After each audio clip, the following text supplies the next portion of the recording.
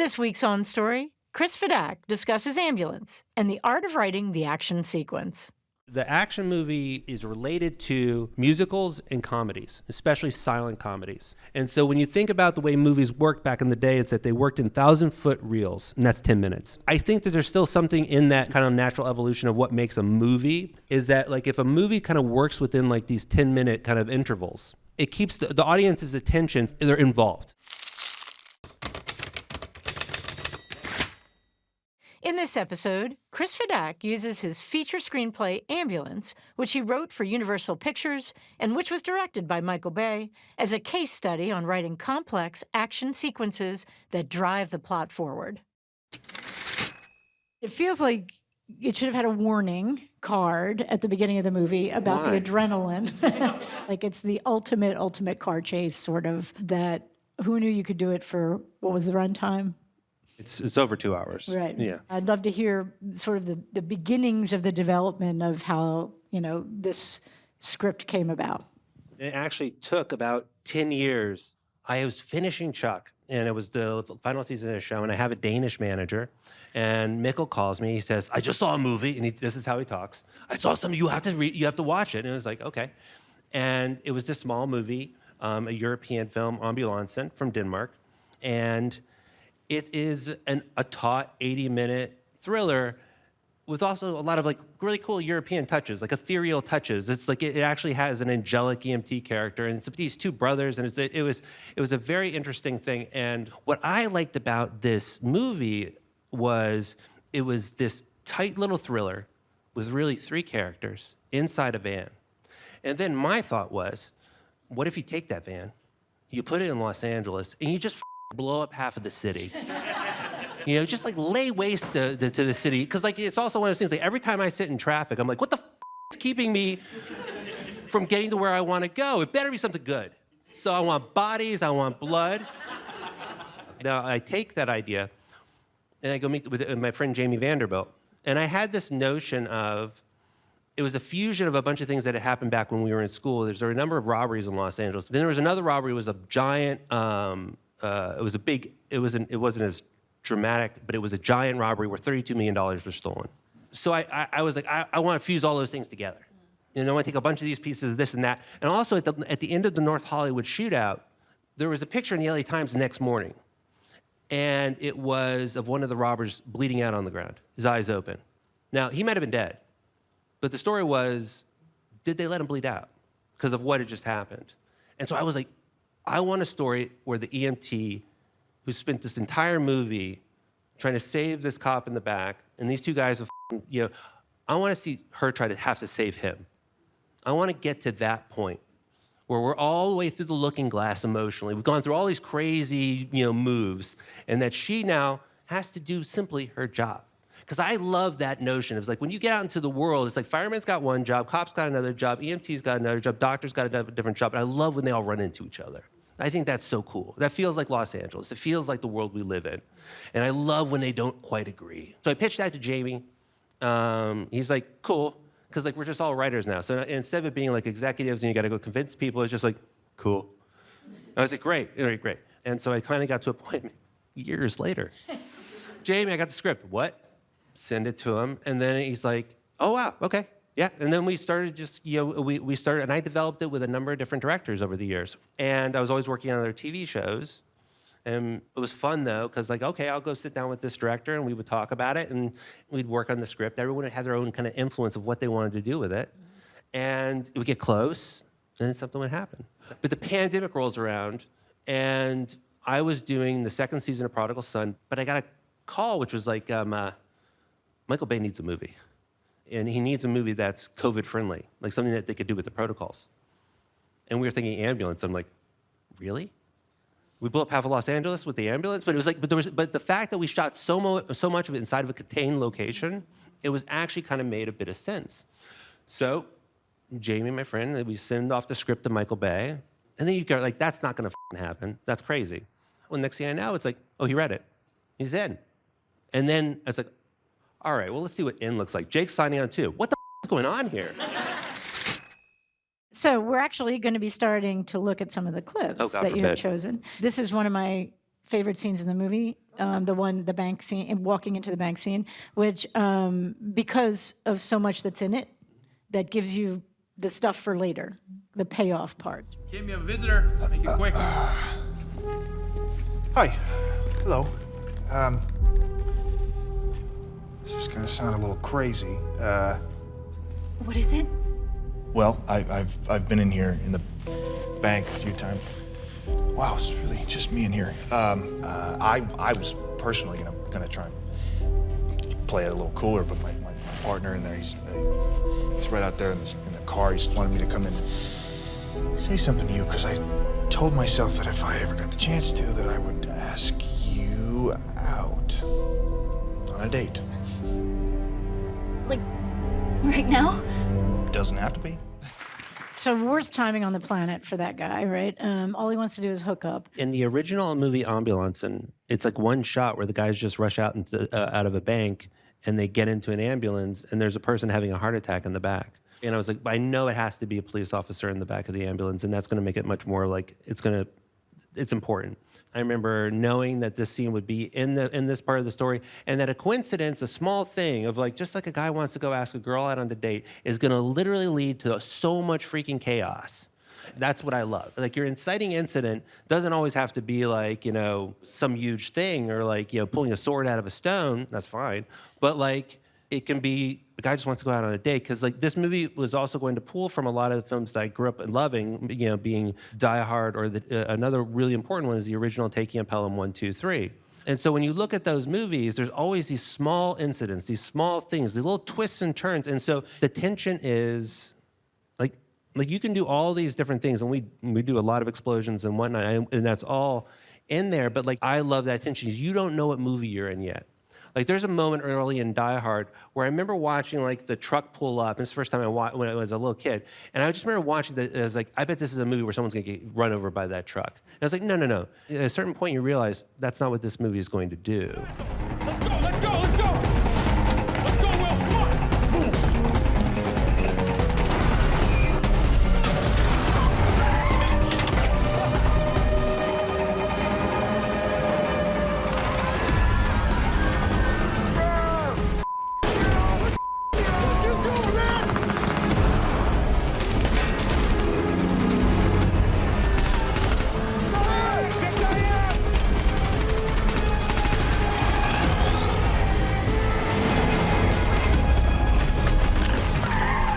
So quickly got rid of a bunch of people in a really gruesome way that I was honestly not expecting. There's so many formulaic action films that get made, and it was like, whoa, I wasn't expecting that guy to go and that guy to go. The feeling that I had when I was watching this was Michael Bay was saying, these guys are getting assaulted. I want you to feel assaulted too.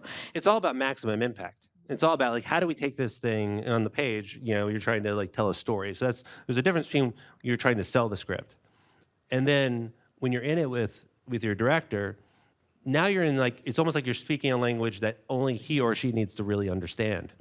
It's like you're trying to make it their movie. You're trying to, so that when they're looking at it, they know what they're going to do with it. It was really about translating it into like this movie, which could have been directed by a number of different people, had to turn into a movie that was going to be directed by a very specific filmmaker who thinks about action in a very specific and knowledgeable way in regard to, I know how to do this, I know how to shoot this, and I know how to do it in the smallest amount of time. But the genius of Michael is that he knows exactly, he's been doing this for so long and has made so many of these types of movies. It's like, I can take all that and I can put it into these days.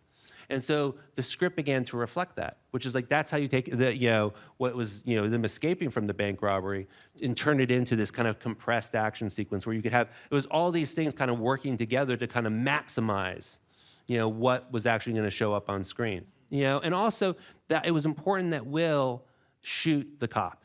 That had to be him having made this terrible mistake. The thing his worst day was compounding on top of itself. Everything's compounding constantly.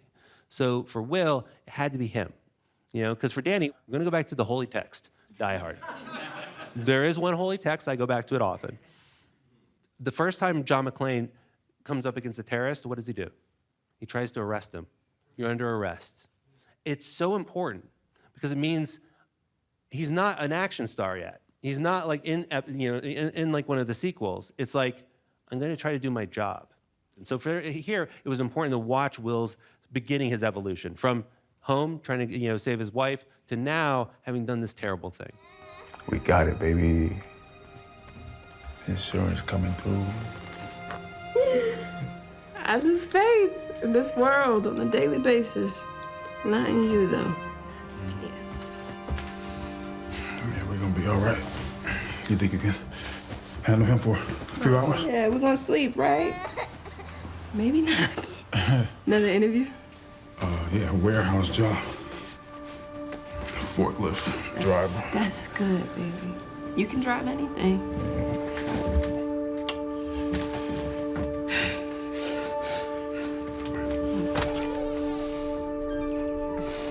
Celebrate when you get back.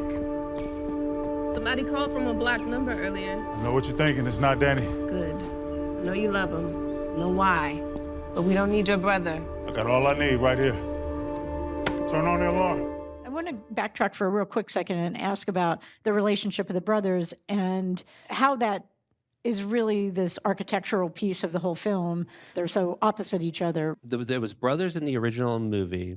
In 2011, when I first heard the idea, somewhere it fused into my mind. The VA was going through this terrible, bureaucratic problems, and we had servicemen not getting, medical care. And I was like, well, that's f***ed up. And for me, that realness of like some real thing that like is happening in the world is like you don't put that into an action movie for a mass audience. So I was like, that's a perfect setup for a character who we are going to identify with. You go and you serve for your country, and then you come back and your wife isn't going to get the medical care that she needs. Will did come up, on the wrong side of the tracks, and that that he had a brother who he wasn't supposed to be talking to. And it's like one of those things that like as you're working on your story, and there was always a scene where his wife would say, I got a call from a blocked number, and we know it's the older brother that he's not supposed to be talking to. And it's like, even as you write it, the mystery in your head is you're starting to fill in, like, well, why wouldn't you talk to your brother? And who is that? What is that dynamic between the two of them? And then Michael included like this notion of like, well, let's see glimpses of their past. And it's one of those examples, like as a writer, I'm like, scenes are scenes, and I didn't see that. I didn't think to include that. But when you're a director who's done as much as, it's like he knows what he can do, and it works. It's like it's this neat kind of ethereal element kind of infused into the story. Well, but when you go back to the Bible, John McClane is clearly our protagonist. Right. In here, I would not go into this and say that any one of them is clearly our protagonist, right? You may. I didn't watch it that way. It was like... No, I like it. I like criticism here up on stage. It's great. No, it's great. Here's the thing. It's like this movie was designed to be messy. It's not here to say it's like Will's a good guy and he does everything the right way. No, he shoots a police officer. It's like this is not okay. The notion that the good guys show up and they shoot the bad guy and then everybody succeeds and wins and walks away, that doesn't always happen, and I thought that was such an interesting thing to explore. Is like sometimes when the cops show up, it's like, more bad things happen. And it's not because they're not trying to do something, it's just because they don't have the information. They don't know who's dangerous, or even if the cop's alive in the back of the ambulance. I think that's what's neat. John McClane, though, is like, going back to the holy text. But in that movie, it's like behind it is the husband-wife relationship. It's about a guy trying to get back to his wife to apologize for being a d***head. Whereas in this one, it is about Will trying to get back to his wife, but he's doomed. So let's go into this, which should have almost gotten an X rating, I think. Skin is open. Then you and your criminal friend right there put both of your hands in the wound, and I need you to spread the muscle apart. Man, the way people drive in this city. Stop yelling. Slow down. You cannot do this at 60 miles an hour. That was just an amazing, amazing layered, like something. So again, also rewound that one a couple of times when I watched it because there was like so much stuff in there. The whole layering of the guys on the cell phone. I always go back to Elmer Leonard. I went to see him speak at the WGA a million years ago, and he was just like, people are always asking, like, how do I come up with this stuff? Or like, how am I funny or witty? It's just like, or quick. And I'm like, I'm not. But I write it, and then I come back to it when I have that quick thing, and I put it in there. So what happens in this story is that this scene was always in the script, but then what you realize is that as you kind of lay the thing out, you start to compound it and compress it. And then you can have 3 or 4 things going on, because not only is this a cool scene where she saves the guy, but it's also, because the doctors don't see it, it's the inciting incident for the next sequence. If you're thinking about 10-minute reels, the next sequence will be the sniper sequence where the cops think he's dead. We're also setting up our next 10-minute problem, which is, how we're gonna get into that. And this also would speak to Cam, it would speak to her character, it would speak to who she wanted to be. Originally, she wanted to be a doctor, and she's good at it. And there was a moment in the script, it's not in the movie, but it was where it's like the surgeons are watching and they're like, she's got good hands. Because this is the type of thing that only some people can do. I can't pull somebody's guts out of them. And now, what's interesting is the criminal friend, that line is improv by the guy on the golf course, who's a real surgeon. Those are real surgeons. And it was shot in Florida, so Michael had gone back to Florida, and we were like, okay, we'll pick up this scene in a hospital somewhere in Florida. But of course, it's COVID, so I'm like, why don't we just put it on a golf course? Doctors are there too, And so he had friends who were surgeons, so they were like, well, yeah, we can do this. And so it's the two of them out there on a real golf course. And then, in everything happening inside the van is that kind of contained thriller. That's the original contained thriller that was COVID friendly. So it's about compacting and taking tensions and kind of putting them all on top of themselves and setting up your next problem that's going to be coming down the road. Well, so let's talk about that part, that 10-minute thing you're talking about, this 10-minute reel. I mean, is this how you approach the entire film? It's like in these modules? The action movie is related to musicals and comedies, especially silent comedies. And so when you think about the way movies worked back in the day, it's that they worked in 1,000-foot reels, and that's 10 minutes. So a one reeler would be 10 minutes. So I think that there's still something in that kind of natural evolution of what makes a movie, is that like if a movie kind of works within like these 10-minute kind of intervals, like how Charlie Chaplin would have like learned how to make a movie, then it keeps the audience's attention sitting in a theater, especially in more painful seats back in the day, is like they're involved. They know that you have to keep kind of moving the problem and changing the story, and also kind of like twisting it constantly along the way. So I do sometimes view things in 10-minute intervals. You really are always setting something else up that's crucial to the rest of the story, right? But I think one of the things that you notice with writers that write scripts that you want to read, that you find yourself enjoying as you're going through them, is that they're doing a lot of setup, especially at the beginning of the story. But then they probably have written the 200-page draft of this thing, and then what they do is they start to shrink it. And they start to kind of know that if I'm going to keep somebody's interest, if I'm going to kind of drive that story along, then you're kind of like, all the layers can kind of be on top of themselves. You can be doing 2, 3, 4 things at the same time in the scene. Let's take scene 5. Green for go. Take the shot if you got it. Target 1-3. Kill shots. Nothing gets in the back. We've got friendlies. On my call. Target 2 red. Target 2 not clear. Well, what about Zach? I can protect him, can you? What are you talking about? He's alive? Yes, he's alive. Hey, he's alive. Our cop's alive. God. 3. Cam? No. 2.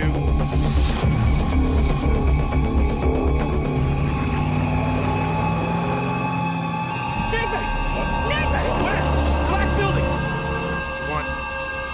Engage.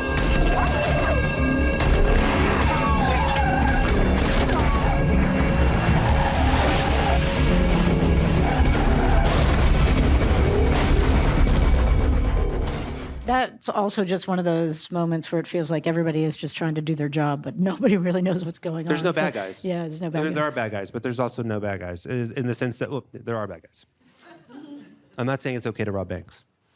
I'm not saying it's okay to rob banks, but just think about your problems. That the scene before leads to the sniper sequence. Now the sniper sequence leads to Danny losing it. And so now the guy who is emotionally volatile, psychopathic, he is in a bad state. So now it leads to the next sequence. Now it's pushing us back to Cam's going to become the possible victim. That Cam is now, even though she's saved them, she becomes the representation of authority for Danny, and now he's going to focus on her. So we're now going into an even darker place of like, is he going to lose it? Because we've set up in the dynamic of the brothers, there's one brother who left. Going to the military was Will getting out, getting away from their poisonous father. Danny stayed. He's a criminal. He was destroyed by his father. He's the powder keg now. So now the story kind of folds back inside into the ambulance, and it's about the powder keg is going to blow. It's going to be an emotional thing. It's going to be about Danny and Jake and his incredible performance. But all those things are set up. They're all moving and causing new problems to form. Somebody help him! Will! Come on, don't let him die, please! Don't let him die! Will! Somebody help him! Will! Please, somebody help my husband! You need to forget him. No. I'd finish the job. He's gonna die. He's my husband, please. Hey, stop! This is a crime scene. Get off of me! Back up! Back off! Will, come on, Will. Come on. Come on. Hey, look at me. Look at me. Your wife is right here. You can do this, Will. Will, you got this. What is wrong with you? My God. We'll get to him soon. He'll be dead soon. Help me now. All right. It's a teary part of the action film. It's an action film with emotions. Yes, I'm actually even worried about how long he's going to jail and when the kid will see him again and stuff. Yeah. So.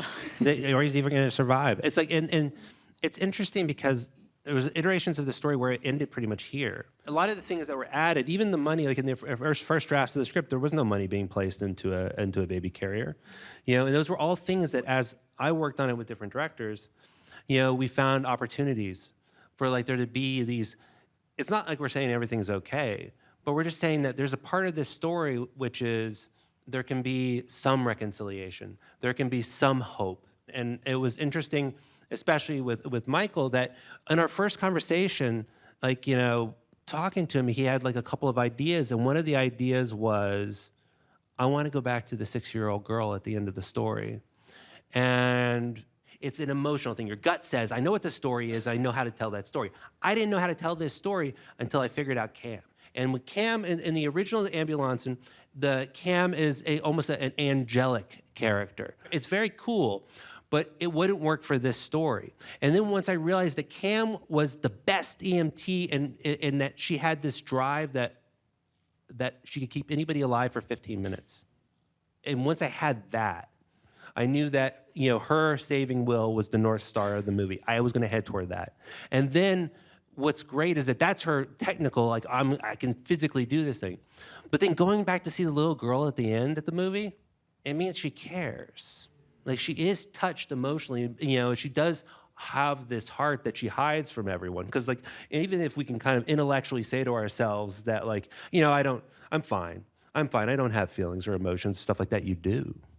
They're beneath there. And that's what I loved about it. So Michael was like another addition where you're just like, that's great. It's like it allows you to have hope and it also tells you something about the character. But so that would be my argument as to the conflict over the protagonist, because I would call her the protagonist. Yes, and I agree with that. And I think that was also one of the reasons why the movie didn't get made originally. Because when you go out to kind of put together a movie, you usually start with your leads. And I think a lot of actors looked at that script and they were like, I think Cam's the main character. And what's so awesome about Yahya and Jake is that they fully commit to characters who are flawed. And that's the kind of amazing thing for me, is to hand the script over and to watch these people all at the top of their game fully commit to characters who are flawed, and then secretly, the female lead is the hero of the story, and that for me is awesome. There's a lot of action movies, and I love action movies, all of them, not all of them, but you know what's going to happen, and I think that hope that anyone who went into the theater, you don't know how this movie's going to end. You've been watching On Writing Action, Ambulance with Chris Fedak on OnStory. OnStory is part of a growing number of programs in Austin Film Festival's OnStory project that also includes the OnStory radio program, podcast, book series, and the OnStory archive, accessible through the Whitliff Collections at Texas State University. To find out more about OnStory and Austin Film Festival, visit onstory.tv or austinfilmfestival.com.